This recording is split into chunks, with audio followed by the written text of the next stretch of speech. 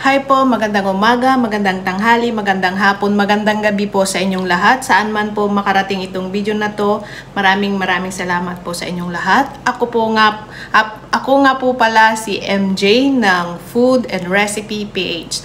Sa ngayon, ako ay magluluto ng Hainan Chicken. So, hindi ko na siya papatagalin. Papakita ko na po yung aking mga simpleng recado. Ito yung mga sangkap na aking kakailanganin sa aking pagluto ng Hainan Chicken. So, isang buong manok, nalinisan ko na po yan. So, maglalagay tayo ng bawang, luya, lemongrass, spring onion. Tapos, ang pinaka-dipping sauce niya is yung, ginadgad na luya. Tapos, lagyan natin ng spring onion.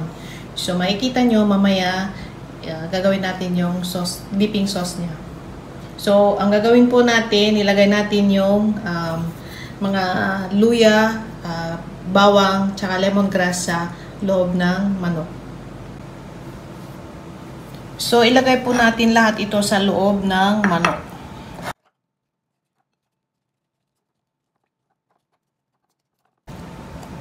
Yung lemongrass, galing yan sa aking tanim.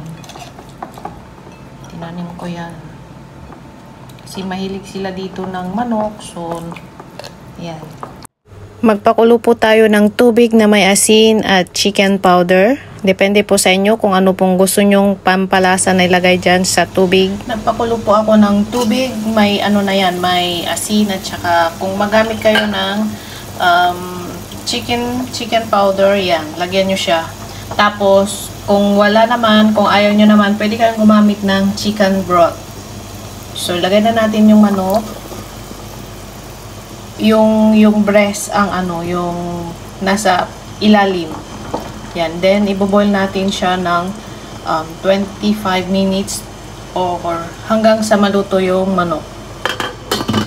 Takpan, tapos pag kumulo, baliktarin na para maluto naman yung kabilang side.